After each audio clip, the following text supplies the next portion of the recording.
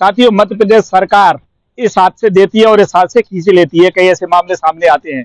Stamp duty बढ़ा दी, 50 रुपए का 200 कर दिया, 1000 का 5000 कर दिया, और उसकी सीधी मार जो नीचे की जनता है सीधे उस पर ही पड़ेगा। इसलिए वकीलों ने आक्रोश जताया है और आज ज्ञापन दिया है। हमारे साथ में आप देख सकते हैं एडवोकेट्स हैं।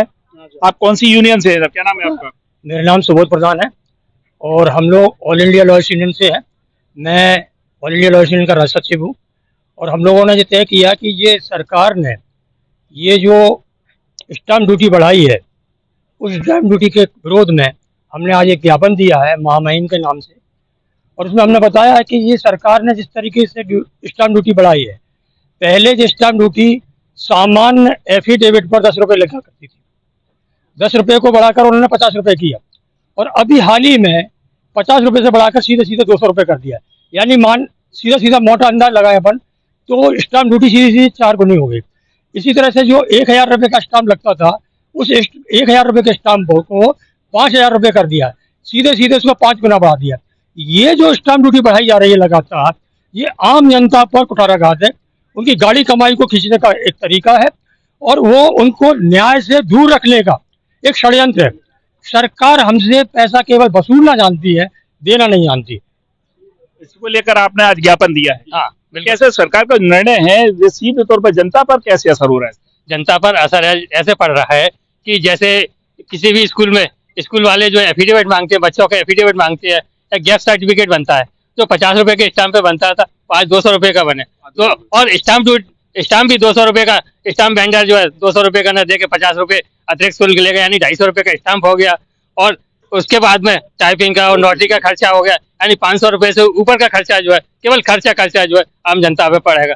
जिस तरह से स्टैम्प ड्यूटी बढ़ाई है, इसमें चूंकि एफिडेविट एक ऐसी चीज है, न्यायिक व्यवस्था में, साधारण काम धाम में, बच्चों के स्कूलों में कई जगह इस्तेमाल होता है। वो इतना पब्लिक का कंजम्पशन की चीज है कि उस पर इतनी ज्यादा बढ़ोतरी, वो जो है उससे कमर टूट जाएगी। मोस्टली गरीब इससे प्रभावित ज्यादा होंगे। गरीब इससे प्रभावित ज्यादा होगा। आप क्या मान के चलते हैं? गरीबों पर बोझ बढ़ेगा शपथ पत्र को लेके, क्योंकि ये रोजमर्रा की चीजें हैं और हर जगह एफिडेविट लगता है, तो आम आदमी इससे काफी प्रभावित होगा और हम लोगों पर भी इसका असर पड़ेगा।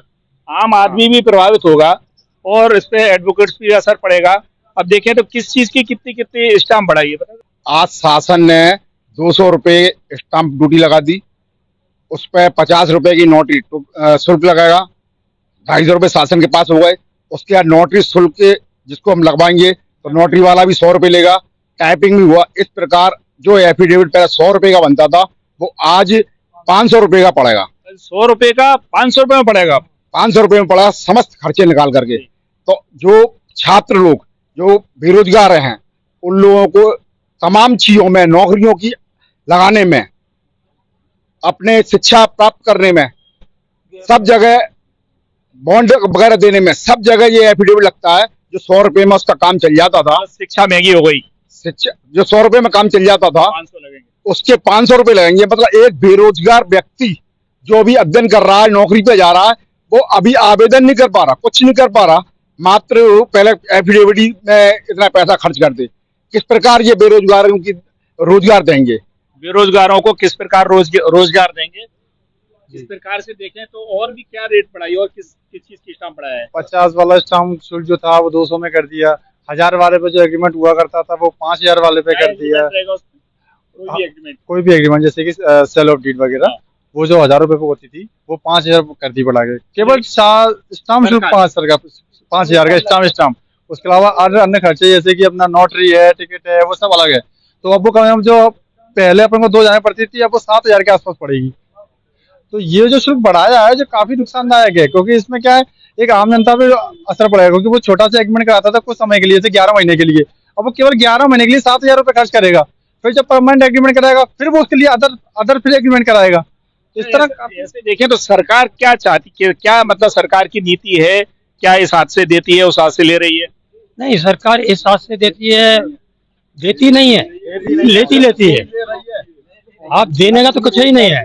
आप देखिए कि रोजगार नहीं, आप देखिए कि आप शिक्षा नहीं, आप देखिए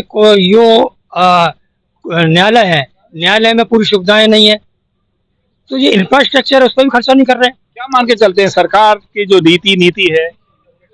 सरकार की नीति जो है बिल्कुल पूर्णतः गलत है। कोई जनता की तरफ कोई ध्यान नहीं है उनका। हमारे यहाँ इतनी अव्यवस्थाएं फैली हुई है। कलेक्टर कुल मिलाकर के सेक्टर साहब अव्यवस्था है और पूरा इसका सीधा सीधा असर पड़ रहा है जनता पर। जनता की जेब कट रही है। एडवोकेट्स देख सकते हैं, अभी कुछ लोग आए हैं सरकार के खिलाफ, सरकार की नीतियों के खिलाफ बोलने की हिम्मत कोई नहीं जुटा पा रहा है। इन लोगों ने एक हिम्मत जुटाई है